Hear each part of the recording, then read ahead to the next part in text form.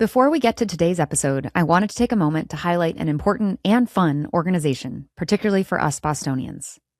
The Boston Alliance for LGBTQ Youth, more fondly known as BAGLY, is hosting its annual Heels for Hope Gala on May 29th in Boston and would love your partnership. BAGLY is a youth-run, adult-supported organization that offers services and care at no cost to LGBTQ youth across the greater Boston area. From health screenings to therapy to basic toiletries, BAGLY is here for our LGBTQ youth when in need. You can support BAGLY by donating or, better yet, attending their annual Heels for Hope fundraiser, an elegant and unapologetic night of drag and fundraising in downtown Boston on May 29th.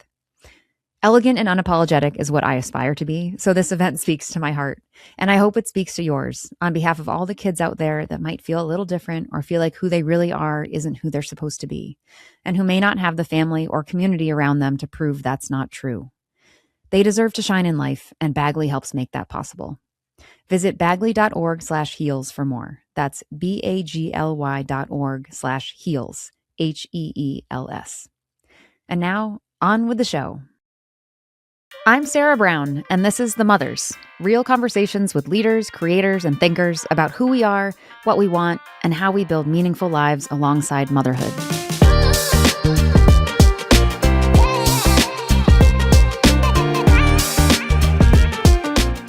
Hi, everyone. Welcome back to the latest episode of The Mothers. I'm behind, but I just finished the Imperfect Women miniseries on Apple. It's about these three female best friends in their 40s. Turns out they don't know everything they thought they knew about each other. Everyone has a secret. Highly recommend. Elizabeth Moss is just a better actor than everyone, and everyone in it is a great actor. There's also a critical moment toward the end that Elizabeth brings forward so effectively as she's navigating a potential separation from her own young children. She talks about all the things their new proxy parent potentially won't know to do, the things that are invisible, specifically that one child likes their apple whole but peeled, and the other likes it sliced with the skin on. I don't know, somehow, maybe it was just the magic of Elizabeth Moss, the context of those apples in that show. I don't know, it really landed the heaviness and the importance and also the urgency of the labor women perform, typically unpaid and typically unseen, but how essential it is to helping kids feel loved and safe. Those micro moments and micro decisions that create a functioning household, supported healthy kids, and a whole system that works. My guest today, Emily Greenberg, spends a lot of time thinking about systems. How families function, how support breaks down, how modern parents absorb extraordinary levels of invisible operational labor simply to keep daily life moving. And perhaps most interestingly, what happens when even the people professionally trained to help families navigate early childhood discover they themselves are struggling inside the system? Emily is the co-founder of Joy Parenting Club, a parenting support platform designed to help families navigate the first 5 years with expert guidance, practical tools, and AI-enabled support. Before launching Joy, she built products for companies including Lovevery, Higher Ground Education, Wonderschool, and AltSchool. She also holds a master's degree in education from NYU. But this conversation begins with a more uncomfortable realization that modern parenting, even for highly educated, deeply informed women with resources, expertise, and strong support systems, often still functions as a fragmented, reactive experience held together by maternal overperformance. Emily speaks candidly about postpartum depression, the destabilizing transition into motherhood, and the experience of realizing that even with all her professional expertise, she still found herself overwhelmed and struggling to ask for help. That experience ultimately reshaped how she thought about the problem itself, because underneath this conversation is a much bigger question. Why, in one of the most technologically advanced economies in the world, does raising children still rely so heavily on exhausted parents privately managing enormous amounts of logistical, emotional, and cognitive labor behind closed doors? We talk about why early motherhood destabilizes identity and competence for so many high-achieving women, why most parenting support systems remain reactive instead of preventative, how AI may function less as replacement and more as cognitive infrastructure for overwhelmed parents. We also talk about careers that evolve sideways rather than linearly, and about the difference between pursuing a plan and recognizing when the work meant for you may already be finding its way toward you. Before we get into it, if you're enjoying The Mothers, please follow or subscribe wherever you listen. Leave a 5-star review if the show has earned it, and follow us on Instagram at The Mothers Pod. It genuinely helps us continue building this. All right, here's Emily Greenberg.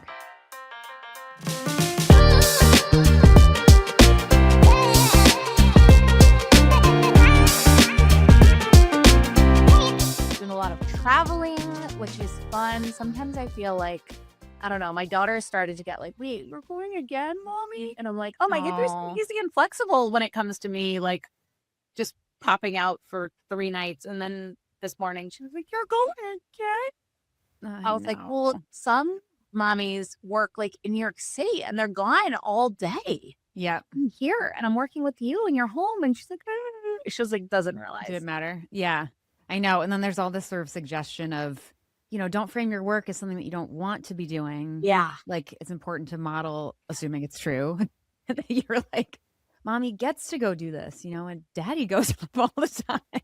Totally. Do we not care? Totally true. Yes. Yeah, that is a good point. I think they don't, I don't know, at least when I was a kid, like my mom was a teacher. So she was just like at her job during the day. Like it was never like, I don't think these days with the working from home. Yeah.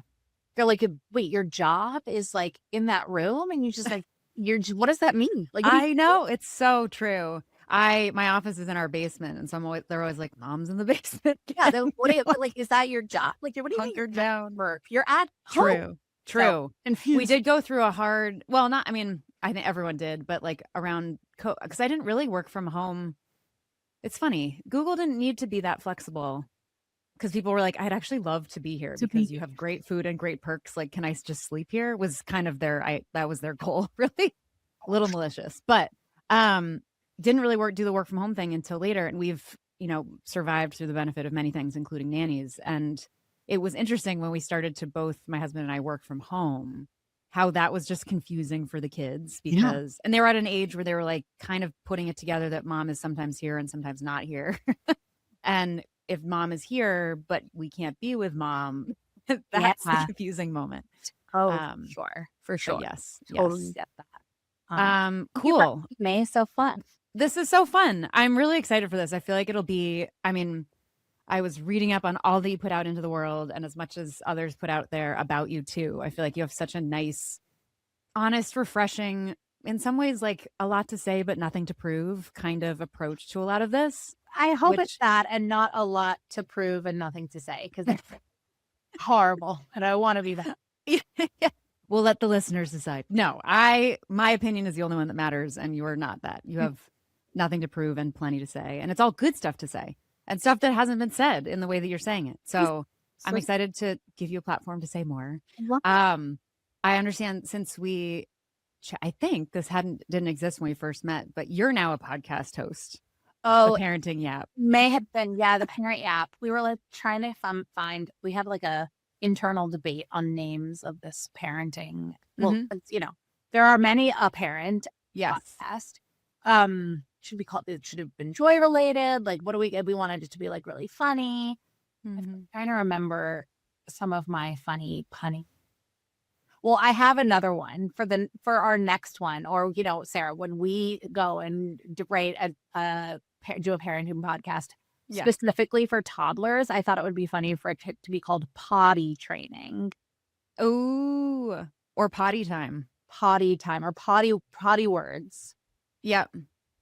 Ooh, I like potty words. Potty it could have sort of a late night potty words, potty time, and then like yeah. Well, so instead we named ours the parent yap, aka the parent trap, but yapping. And so then we just like yap about different topics every episode, which has been really fun.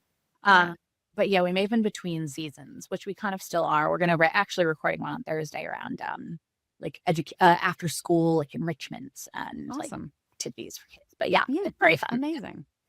Well, you're a pro, so you're going to be so succinct. You're not going to have an or a like. No. Will not appear on this podcast. I'm going to drop all the likes and the ums. See, I'm doing it right now. You mentioned this. We like to start with this sort of give me the backstory. How did we arrive at where we are today? You mentioned already that your mom was a teacher. I love in general that you have this liberal arts humanities background, which is my happy place. I was a history and literature major in college.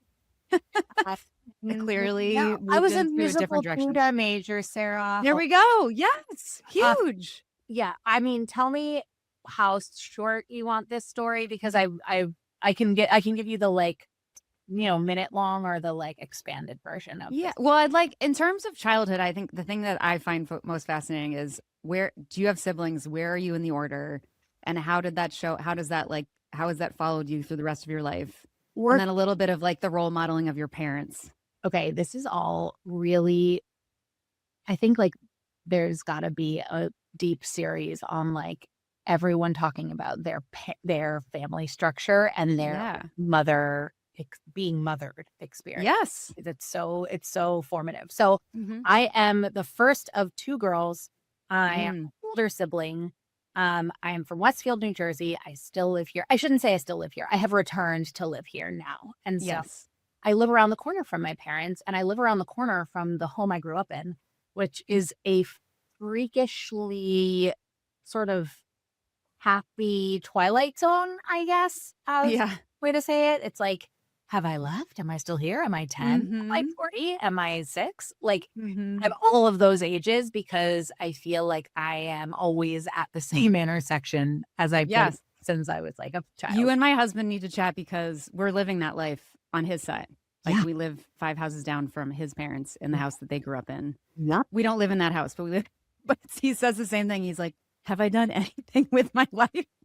Yeah. And yet, supposedly, this is like the great life hack, is to like live by your family. Okay. But Yes, and it's wonderful. And I think to your point about birth order and like mhm, my sister would have never had this mhm, into childhood home situation because mhm. her experience, maybe it's birth order related. I don't know. She Yeah. sort of was like, I'm going to go do my own thing. She lives in New York City. She's like, now she's married. She just had a baby. She's doing Yeah. great.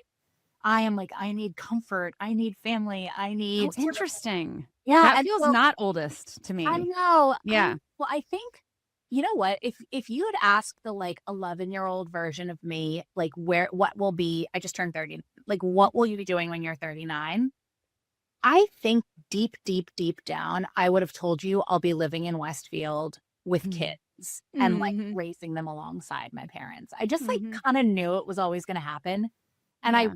left, I moved to California, I moved to Brooklyn, I went to college outside of like this isn't like Mhm. someone who's never left their hometown, although Yeah. like, nothing, no shade to anyone Yes. in that situation. Yeah. Um, but I think I return to the place of comfort for myself and the place of familiarity as kind of my own sort of default normal. And that's Mhm. kind of here. And it's been good. So yeah, I have a younger sister and she is a mother as of 3 weeks ago. And so I've been Oh, wow. stepping into the Congrats on role it. of being an aunt, which is Yeah. so fun Yeah. and just like the most delicious little baby. And it also kind of scratched the itch of wanting to have another baby because now I can say I am Don't need to do that. fully done. And I'm glad and my youngest child is 5. Uh, Yeah. but yeah, like I grew up with a mom who was a teacher. She's a Mhm. fantastic, fabulous, talented teacher. And Mhm. like you can like tell a good teacher when you've Yeah. and so I grew up like in the sort of, I have a really cool mom who is Mhm. a fabulous teacher. And I kind of knew that I wanted to be a teacher. And so I went to school. I was a musical theater major. I loved being on stage and singing and doing all the things. But deep down, Mhm. I was like, I want to be doing this with kids. And so I got my Yeah. master's.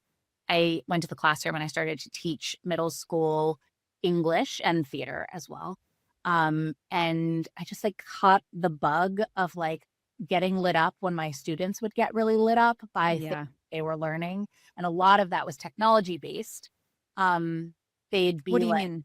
so we'd use tech in order to help kids discover what they like to learn and how they like to learn. Because I think the classroom in, it was 2012, let's say, when I Mhm. started teaching, was very much like, we're all going to open the textbook and we're all going to read chapter 4 and we're all going to answer the same questions and like Yes. blah, That especially feels for an like home. 11 or 12-year-old, like, no.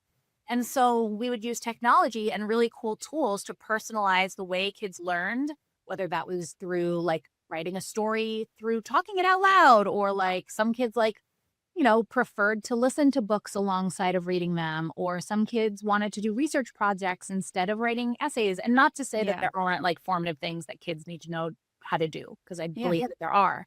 But we wanted to just like, uncover how a child learns best. And, that often happened through tech.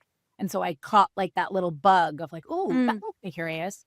And I applied to and joined a budding cool startup called AltSchool, which at the time was this like, I don't know, Google funded, very cool tech Silicon Valley world that was like the opposite of a middle school English classroom in Summit, New Jersey. Like literally couldn't have been more dissimilar. And so I told my family I was moving to San Francisco, and they were like, excuse me, you've never even been to San Francisco? And I was like, well, so I really pushed myself out of the company, moved across the country, joined a tech startup, and like asked if I could go to the bathroom. And they were like, well, what do you mean? Of course.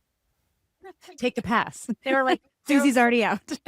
Like jail. Like you can do whatever you want. Yeah. Does that mean I can go to a doctor's appointment? They were like, of course you can. So I was like, whoa.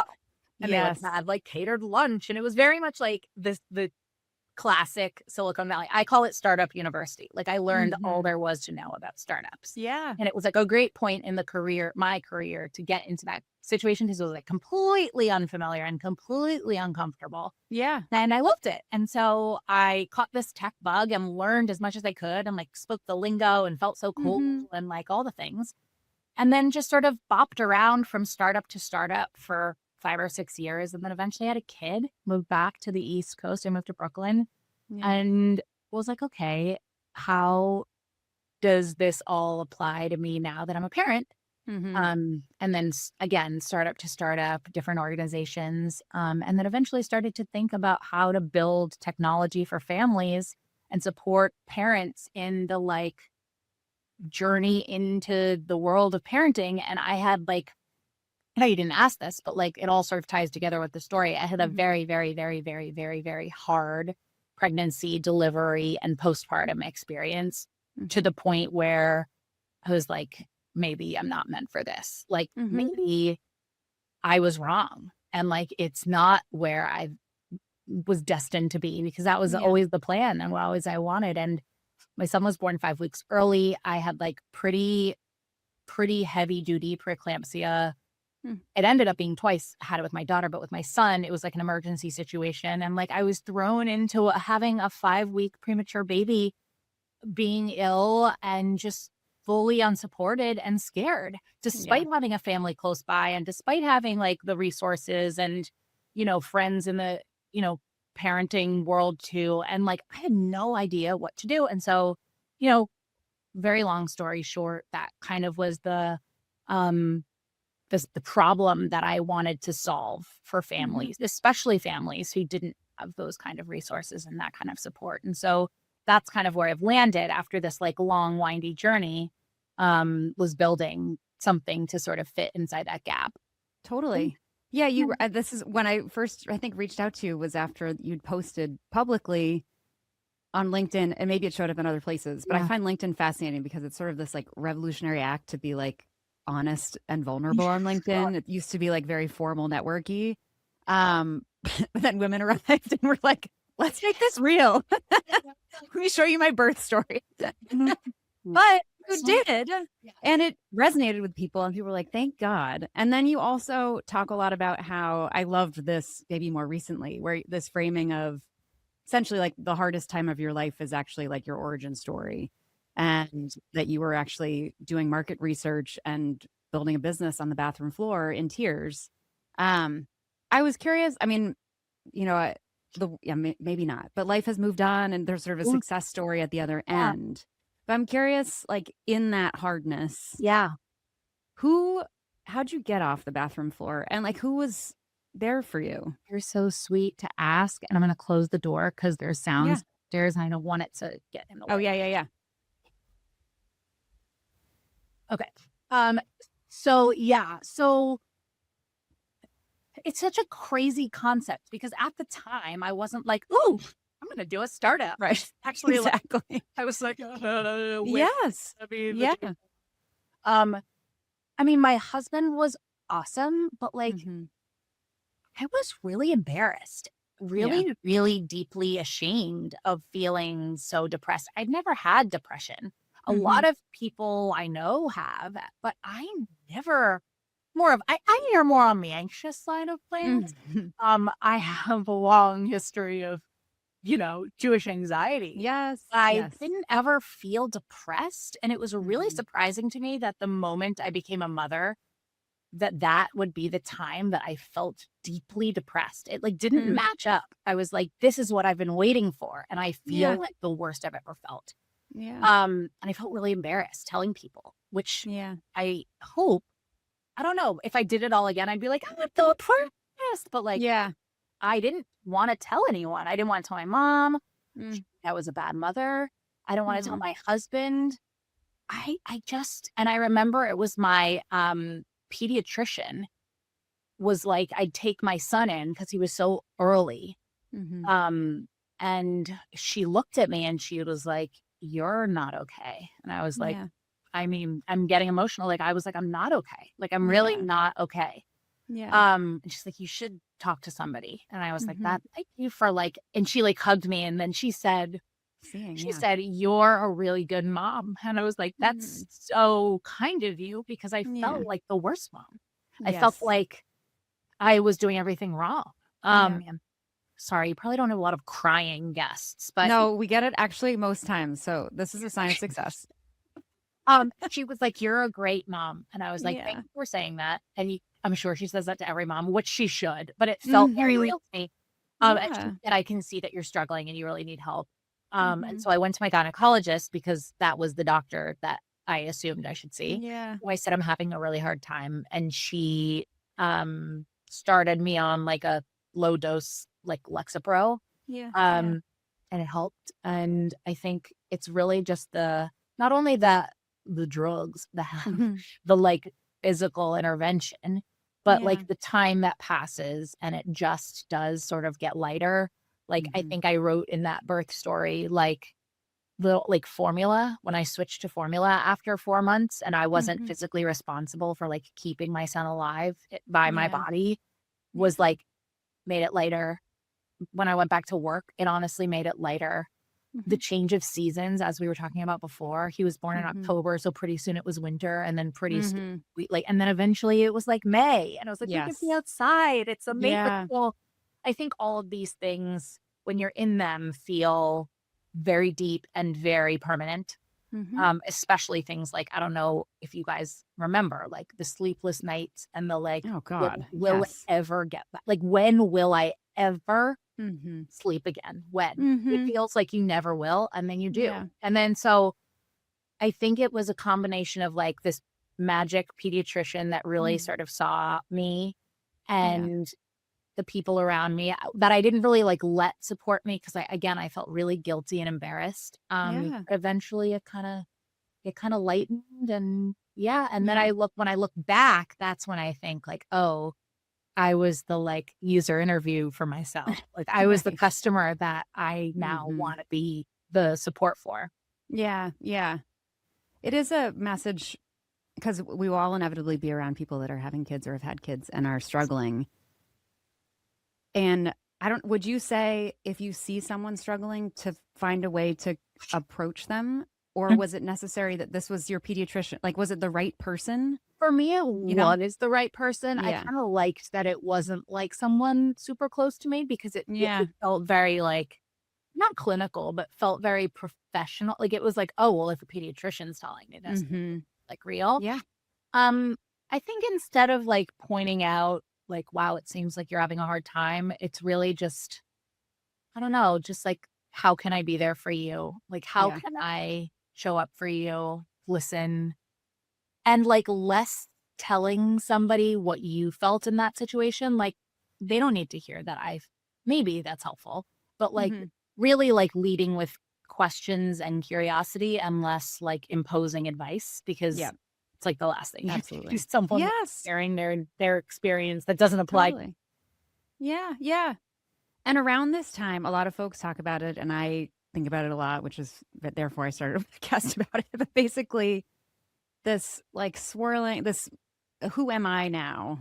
Mm, And this question of identity, which I think is that's to me what I felt the most, in certain ways, lost about. There was who I thought I was and who I want to be, but who I was able to be was sort of like limited at a set. Like I couldn't do and be all the things I wanted to do. And that you kind of regain that over time. But I was curious in this hardest time, and maybe even beyond, how you think about who is Emily. And I know you even have talked about this again. I've stalked your posts, but you mentioned you deal with Crohn's disease. Yes. You are obviously a founder. You're a mother. You're all these things. Like I would wonder, in the depths, you're kind of like, who am I? I don't even like being a mom. You know what I mean? Once like one part, you're like all part. These are all pieces of somebody. Yeah. I also posted recently about hobbies, like adult hobbies, which is like not like cooking, which sure, I like to cook too. But like what is something you do that like has no other purpose than like enjoyment for yourself? And a lot of people are like, well, I exercise. And it's like, yeah, I get that. Yeah. And that maybe is also like enjoyable, but like, I don't know. I feel like one quick story, not to shame my husband at all, because came out of the best, because he's the best of his part. I have my daughter. So I have a son, which was the story where I was just telling you that I have a daughter. She's 5. So they're 2.5-ish years apart. I was like really determined to breastfeed my daughter because I had a really hard time with James because he was so early. And my daughter was 37 weeks and like immediately like latched on. And I was like, oh my gosh, this is a dream. And I actually think that made me feel so successful right away that like there almost was like the opposite, right? I just was on a better emotional track. There were hard times, but like the contrast between the two experiences was pretty significant. Yes. Anyway, I remember she was born in March, so it was like a little chilly, but then it got to be spring, which again, seasons fully. Maybe that's like the whole theme of this podcast. Like, whenever you live in California, I don't know. Exactly. So I would be like on the couch breastfeeding Eden, and my husband, which I now give him credit, was like his version of nesting, was like in the backyard gardening the whole time. And I'd be like breastfeeding and he'd be like digging. And then I remember looking out at him being like, he's listening to something. He's like planting. And I'm like literally like milking it into somebody's body. And he came in one day. And again, this is the like slight to him that like, again, that's careful, but like, come on, you should get a hobby. And I was like, I treat you. Yeah. Like there's no hobby. My hobby is keeping someone else alive. Like there's no hobby. And he had the ability, and maybe that was his version of like trying to contribute and be helpful and like make them beautiful and whatever. So that happens. And I was so mad. I was like, oh, sorry. But now I was talking about hobbies because I think like as we age, and I also think it's important for children to see their parents enjoy something that is not about them. Like reading. I love to make jewelry. I think it's important for kids to see that their parents. They're a witness to like passion happening. I think it's really, it makes you think life is like not just about getting stuff done. Right. And it's not just about them. Like I love them, but like I am their mother, but I also am me, to your point. And like I can do stuff that's not about them. They don't need to be the center of every moment. When you have a newborn, it is. And I think that that's what's scary is like, will I ever have a moment where this person isn't the center of every single second? Yes. Yes. And so, And then of course, feeling sort of bad about maybe not wanting that to be true. But I would say don't have a third child, but one of the benefits of the three, we have a third eventually. And what it was, I finally learned the lesson from the first two that like, truly this too shall pass. Like no matter whatever version of a phase, like it will go and you will get to the next side. Right. So you had the perspective of like having been through it. Yeah. And then like with the third, did you find that like in the moment, even you had that perspective? Like, were you able to tell narrate much that? more? Yes. Much more than I could with the first or second. Yeah. And as a result, it was a more enjoyable experience. I would say each one was a more enjoyable newborn, early days life. You also like And kind of know remind what you're me, doing more and all these you- things. But of course, how old were your older two when you had the so the baby? older two are okay. So the older two are like 2.5-ish years apart, similar to you. And then our third was like 4.5 years later, Okay, got it. which has pros and cons. Like we're now stuck, like our youngest is 4.5, and we're like, can you just be older? Because our oldest is 11, almost 12. Like life could be so different if we had just a 9-year-old and an 11 to 12-year-old. But we're kind of straddling all sides. Well, But she you- keeps us young. That's Right. what I tell myself. Well, and that's such an interesting question too, which is like your parenting self. I think I wrote about this the other day, which was like you almost like see versions of your own parenting when you go back and reflect, which is Mhm. like either like the stress of how I felt certain things were really important, or like Mhm.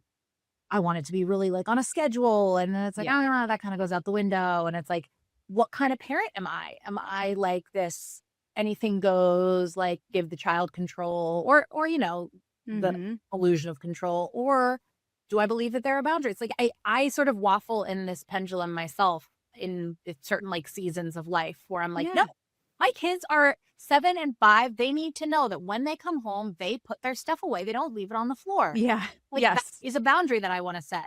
But at the Yes. same time, I'm like, well, you know what I mean? Like it's so I'm very kid centered. So Yeah. I think every kid requires a slightly different version of parenting, I think. yeah. And I think our first kid was and has grown into a totally kind of different human, but like was a very highly not high needs like clinically, but just borderline colicky, like needed structure. Like wouldn't know he was hungry until he was starving. Like couldn't go to sleep until he was like overtired. Like all of those things. Yeah. He happens to be the boy, the others two are Mhm. girls, and they have a sense of like they kind of care for themselves in a way that I feel like he never did. But that parenting, that laid into me how structure can be really effective and liberating for me as a parent too, where I'm Mhm. like, sorry, it's nap time. You're going to cry and I don't have to deal with it. Right. Right. You're going to be in there for whatever hour. Yes. But yeah, I do think, and they obviously grow into different people, but like continuing to kind of be responsive to who they are and how they like receive Yeah. feedback, structure, love, etc. I feel like that's what I try to do as much as I can. Yeah. Scaled personalization, just like joy.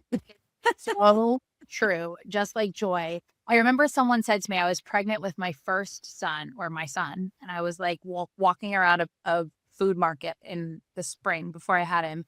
And a man was like, oh, when are you due? And I was like, oh, early fall.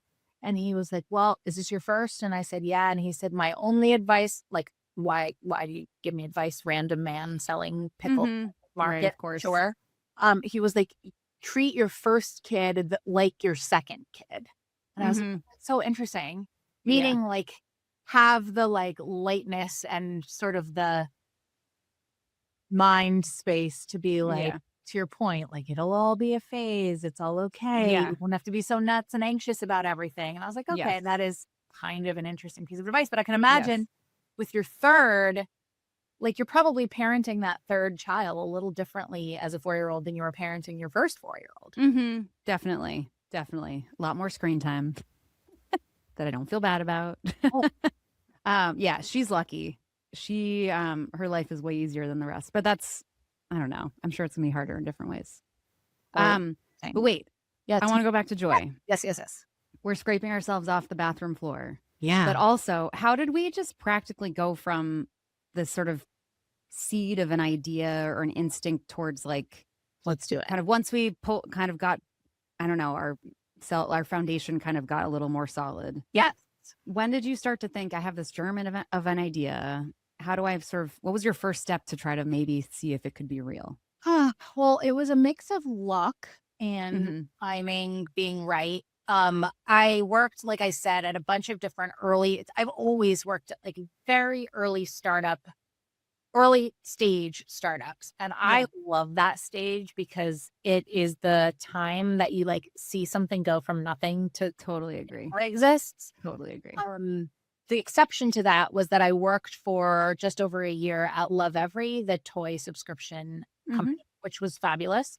And it's helpful to know because it did sort of spark the idea of like a digital product for parents. Cause I was more on the digital side of Lovevery. I didn't have much to do with physical tools, but I saw how parents would use our app to get parenting content and information. It did not feel personalized. And I think that's where it might have had its biggest holes. And so what I thought was like, oh, like I wonder if there was a version of this for the me on the floor crying that could be this like instant 24/7 high quality, trustworthy, accessibly priced tool. And so after Joy, I met my two now co-founders, Charlie Carpenter, who lives in the UK, and Alan Shan, who lives in Oakland. And they had already been working together. So this sort of idea of Joy was a concept that they had started, and they had sort of dreamed up this like moment in the hospital where you could meet parents and offer them something that they need. They came to me and they were like, have you ever wanted to, like, what's the something? And I was like, so that's why I was a little bit of love. Nice. Because that's I was beautiful though. Yeah. Thing, they have the sort of moment and we put together a test. They were like, if you could test something, what would it be? And I said, I want to test a 24-hour a day, essentially hotline, not a hotline. You're not picking up the phone and calling somebody, but essentially a 24-hour a day support service with human beings there for somebody about anything that they want to talk about. And they were like, sure, let's try it. And so it was me. I was like answering parents, texting them back with a couple of others. And we had parents asking us so many questions like, how do I know, I don't know, how much to feed, or why is I'm holding him and he's sleeping so soundly and I put him down and he wakes up. What do I do? So we brought in some experts. So it wasn't just parent coaches. It was clinical, trained, certified feeding specialists and sleep. Because you know as well as anyone, the first 6 months of life is essentially just feeding and sleep on feed.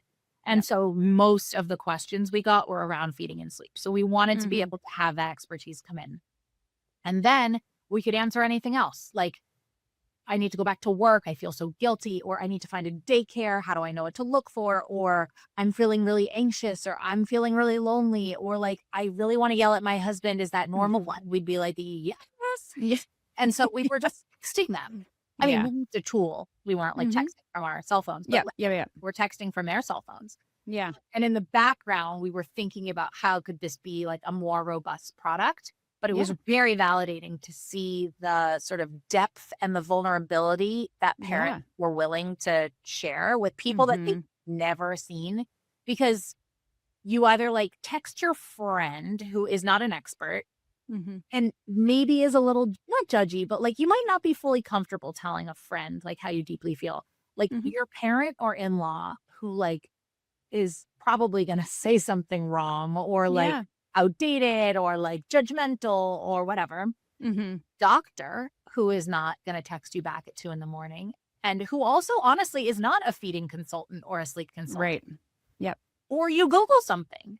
I mean, now you use AI, but that exists. And B, it's also not personalized. And so there was nothing. There was not any like immediate, like highly trusted source. And sometimes you just want to talk and you're just lonely and you just want to have someone to talk to. Yeah. And so that's kind of what it started as. And it kind of grew from there. Yeah. Yeah. So we'll ask you the same question at the end of this interview, but we ask everyone sort of like, what's one thing that you wish you'd had along this like journey of motherhood that would have made it easier? And like 9 times out of 10, they talk about like community, village, like connection. And I was curious, existential question that posed to you, but also to all of society in this moment. Is AI like, can that provide the village and the connection in the way that is healthy and sustaining? I think Joy does a lot of it's AI in partnership with humans, right? And that's why I'm pausing because I think it can answer the what, which is like, what is normal, or like, what is typical, or like, what is the right temperature to heat a bottle to, like that. Yeah. Yes. You don't need a person for that, but I don't know, like just feel like there will never be a moment where it does it all to the point where you don't need at least this sort of like option of a person, right? Like Mhm. it's kind of like having like a, I don't know, like a insurance policy where you know that if you need it, it's there. Mhm.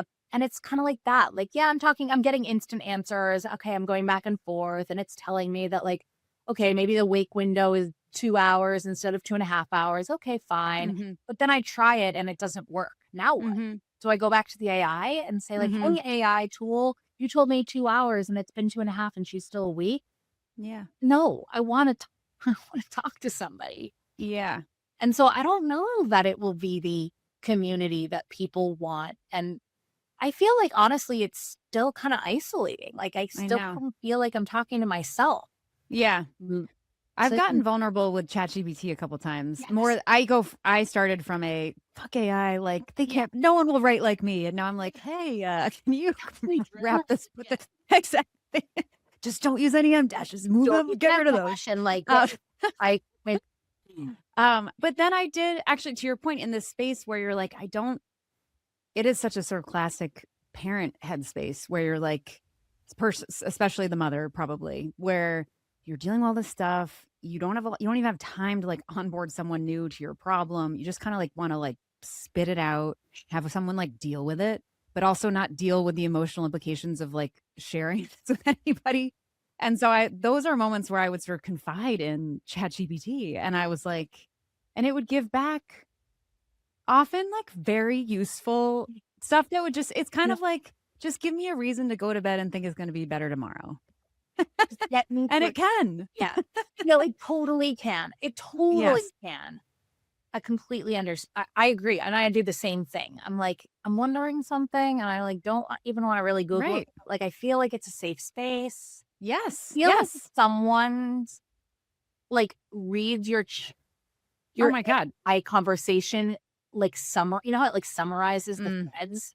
I'm like, yes. oh, you can't read that. Like No, I no, can't no. share my screen and have I know. someone it's like very personal. I know, I know. But Yes. but yeah, I think there's like the level deeper where it doesn't reach out proactively, Yeah, certainly, right? It's not gonna follow up and check in on you. true. Um, and it doesn't have like deep domain specific expertise and personal anecdotes to be able to respond like, oh, I tried this too. So joy is the sort of level deeper in a lot of ways. Mhm. And I think specifically for parenting, it's necessary, right? Like if you're like looking for like a vacation planning tool, like, I don't know, maybe you don't need a conversation with a human too. Like maybe Mhm. the AI Yeah, is enough. But for breastfeeding, for like parent decisions, I yeah. think it's probably important to have both. Yeah, yeah. One thing I also wanted to ask, there's like a whole wonderful rush towards a lot of in this context, like women building businesses and raising money around the pain points that were like so real to them and there was no solve for. Yeah. And I was really impressed. I saw this panel that you were on, I think hosted by Augie, the Yeah. founder of Augie. Yeah. That's So right. and she convened kind of, I don't know, it was four-ish founders of companies that are all kind of like building in the same space, Yeah. trying to solve like maybe a similar, if not the same problem. And I had a similar feeling. Wanted to ask you this question about your co-founders too, of like there just seems it's such a beautiful role model and example that is not the natural human instinct of, and maybe this is just a me problem. Like if I'm building something, I want to own the space, and competitors are competitors. And that's to my own detriment. But I'm curious, like, how have you been able to you seem very generous and a little bit unthreatened in a really beautiful way Thank of you. like, we are building something that you believe is uniquely joy, and they'll build something that is uniquely Augie and beyond. Totally. There will be needs for all. But how do you think about that like abundance mindset? That is a fabulous question, and I appreciate it. And the biggest goal is to help parents. And Yeah. if a parent feels helped and their problem is solved by another tool, awesome. Like, Hmm. great. Are we going to be the solution for every single parent in the world? No. Like, no, maybe Yeah. they find the interface more interesting, or maybe Yeah. her friend used it. And so they were like, it's fine. Like, if that Yeah. solves their problem and if that makes them a more confident and settled parent, Mm-hmm. fab. Yeah. Hopefully enough people will find joy to be their answer. But Mm-hmm. like, that doesn't, no, I don't feel that. Like, I feel when I was a teacher and we were lesson planning and the Mm-hmm. teacher next door would come and be like, hey, can I borrow like your lesson for tomorrow's blob Yeah. persuasive writing unit? I wasn't like, no, this is my persuasive Mm-hmm. lesson. Yeah. They're like, of course, because the Yeah. whole goal was that all the kids would get taught well. Yes. Oh, Emily, it makes me cry. That's so fucking good. People, that's different. That will make joy better. But that's a really true statement that a lot of people don't think of life that way. It, That's so good. my real goal is to help a mother or a father find themselves and feel supported. And they find it from Augie or Riley or ChatGPT or Dr. Mhm. Becky. Fab. Great. Yeah. Great. It Yeah. doesn't matter. It doesn't make me worse. It just Mhm. means that like we're all doing well. And Yeah. so I think that's hopefully the mindset of other founders in this space. I think like you don't win by being, I don't know, possessive. Like you Yeah. win by being accepting and kind. Well, so I had a professional life before Google, but I'd say like in terms of cachet, that's the one that counts the most kind of. And I grew up around this like Silicon Valley rush to everything. And now the rush to AI. And one of many reasons I left was that it just became this like bro cowboy fest of Yeah. like who's willing to do what in order to win the market. And it really was, the model was like you have to be there first, you have to own the space.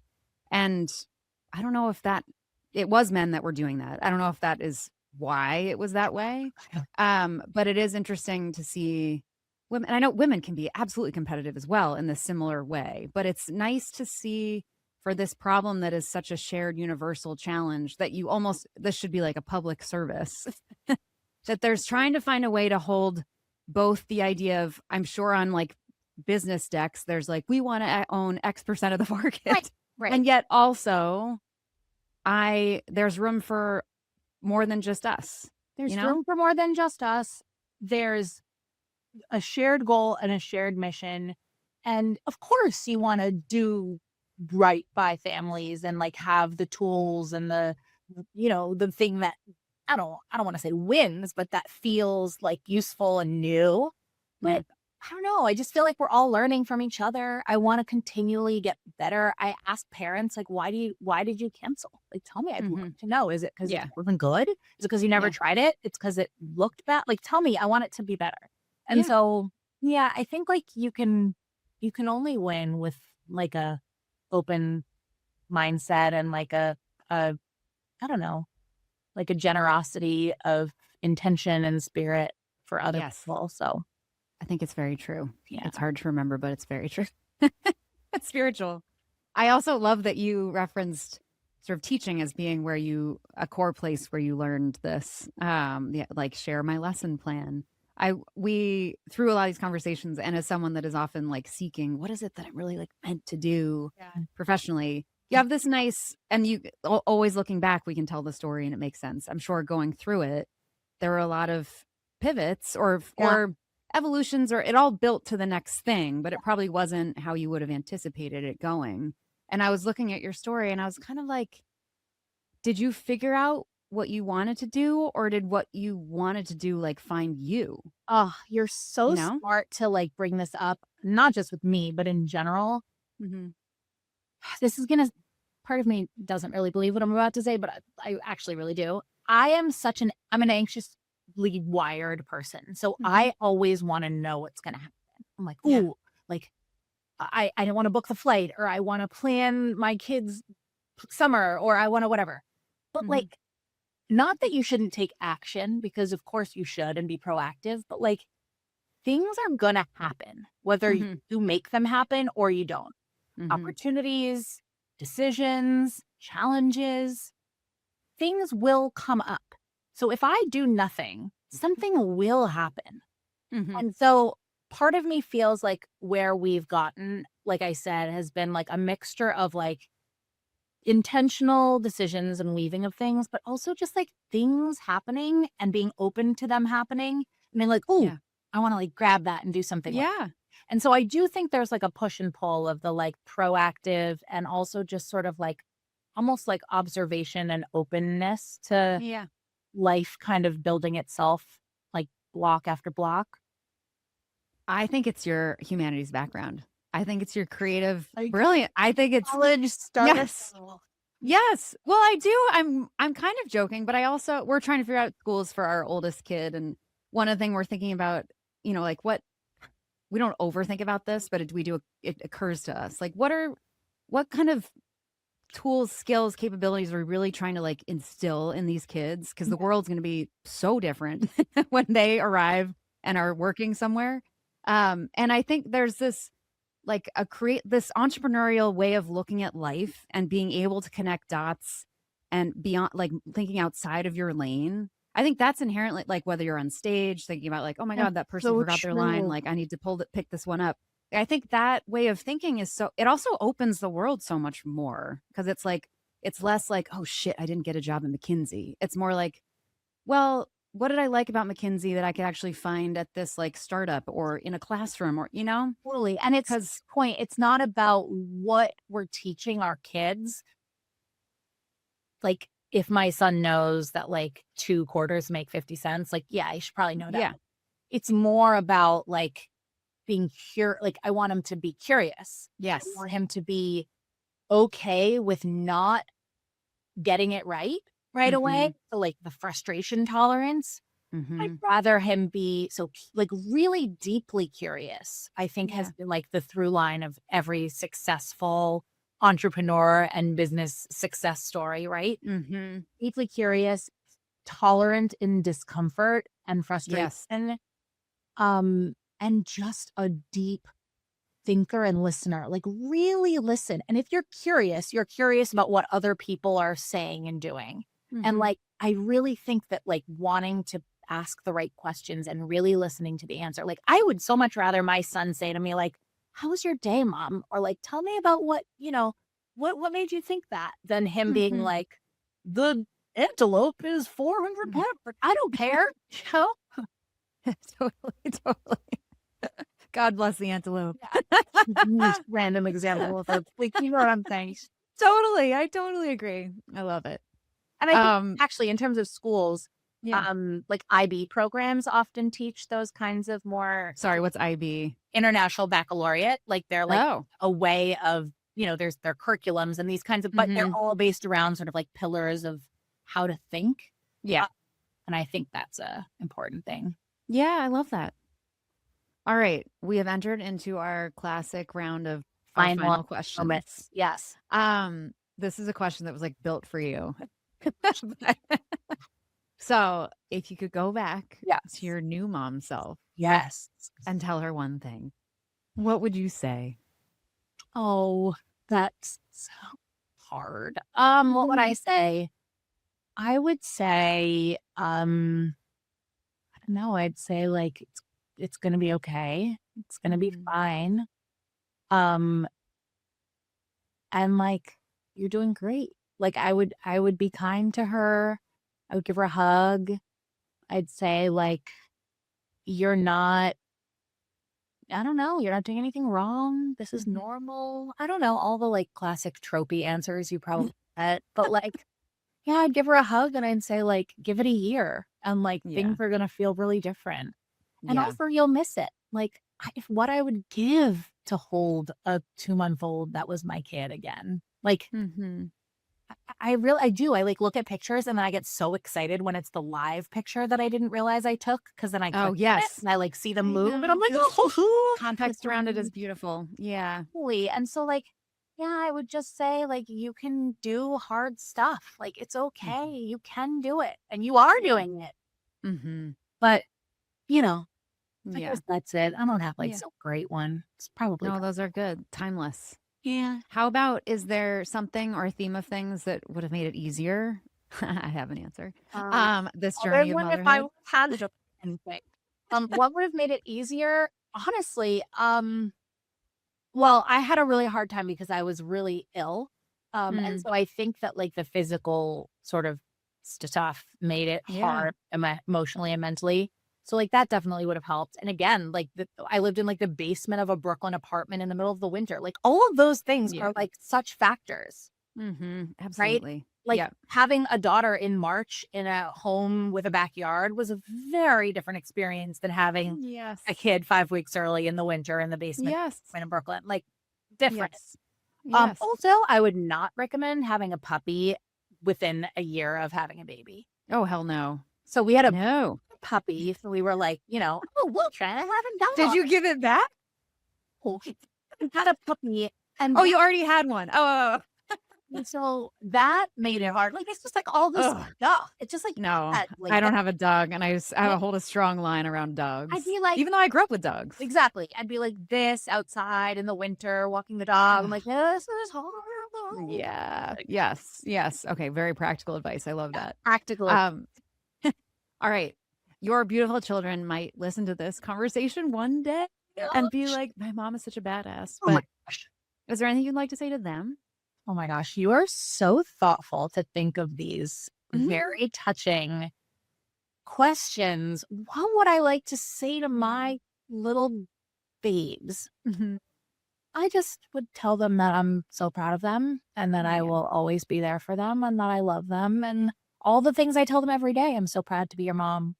I'm so lucky I get to be your mom. You're such an important part of our family. I'm like, all the things, probably nothing new, but just, I'm very proud of you and I'm lucky to be your mom. Yes. What would you tell your kids? I want to know. I'm so interested. Oh my God, flipping the script. I just love this phrase came to me early days. I don't know why, but I just think they're just magic. I think the kids are just magic. And they're surprising, they're endlessly iterating, they're like, to your point, they're so curious. I feel like it's so fun to see the world through their eyes. And I want them to feel brave and empowered to be who they truly want to be. And that they can always come home, but not always. Maybe not later. They'll provide for me later. No, it's so true. And it's just like, it's okay not to know. It's okay. You don't have to know. It's okay. Yes. It's the right thing. I'm always like, oh my God. Yes, totally.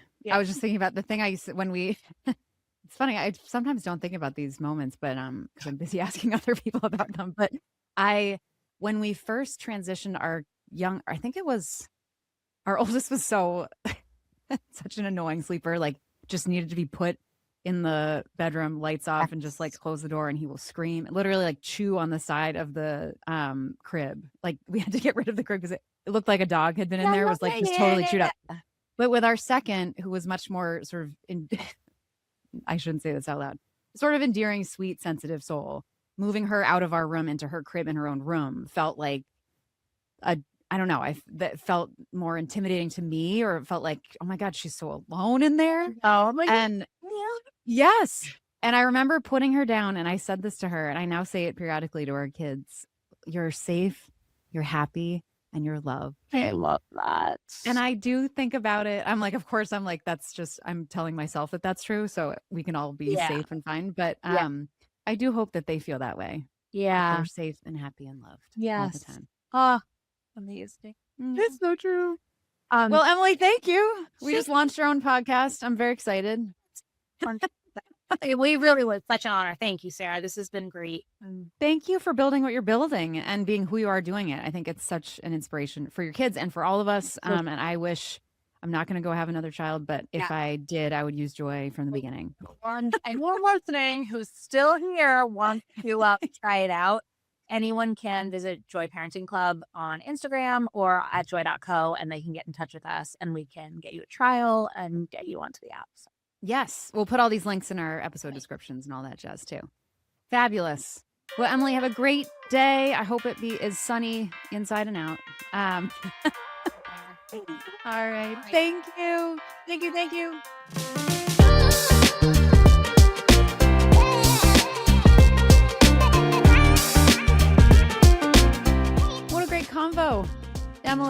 I just adore who she is and how she's building this business. And she does seem to embody like the whole ethos of the brand of deep empathy, also awesome positivity, also a healthy level of, I don't want to overuse the term anxiety, but she mentioned it multiple times, but like thinking about having a solution or this app that sort of anticipates your needs and keeps things organized and simple. That's kind of like the ideal counterpart as you're navigating newborn life.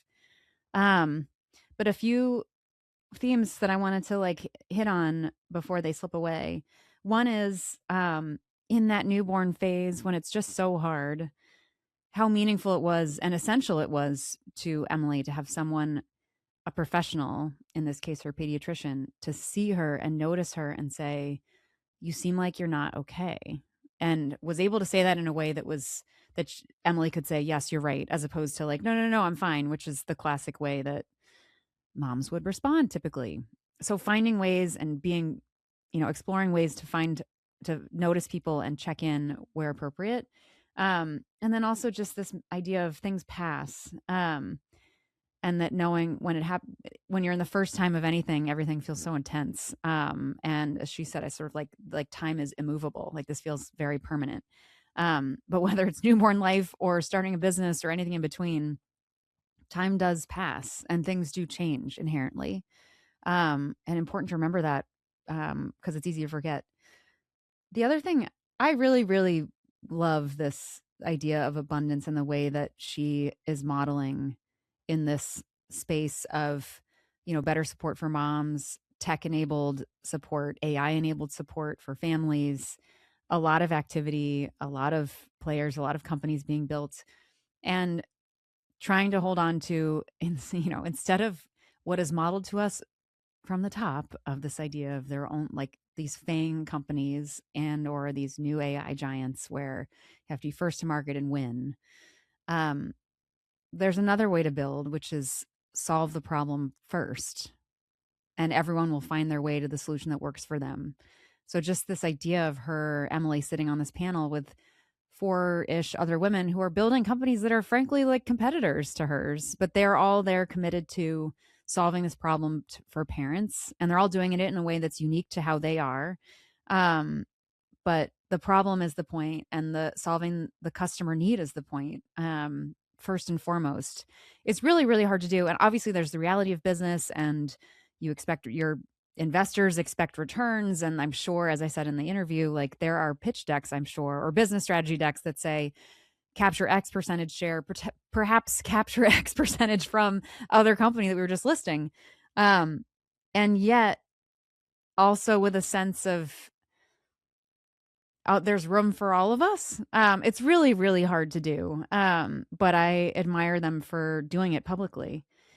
And then this last piece that we were talking about at the end, but I obviously I'm very interested in how people figure out what they want to be doing professionally, largely, and how they find a lot of the people that we speak with have reached a place in their career where they feel like they're doing the thing that they want to be doing, and maybe even would say meant to be doing.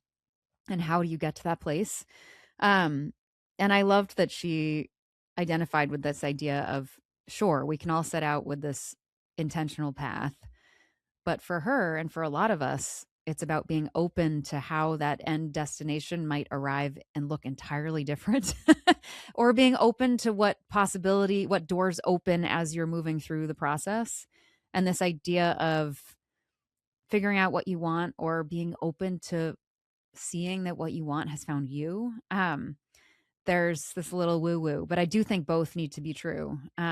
There's your intention and what you're building towards, but also being open to how that might come to fruition in a way that's different, not entirely as planned.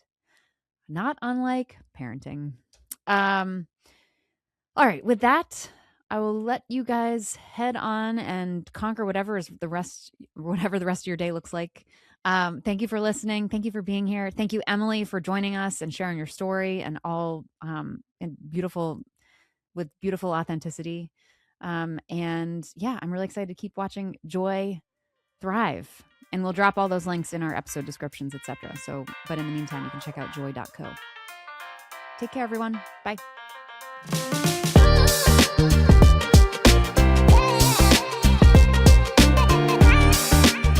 you so much for joining us. Please remember to like and subscribe so you don't miss an episode and we can reach even more rock stars like you. The Mothers is a production of Backline Media, shining a light on those who carry the team.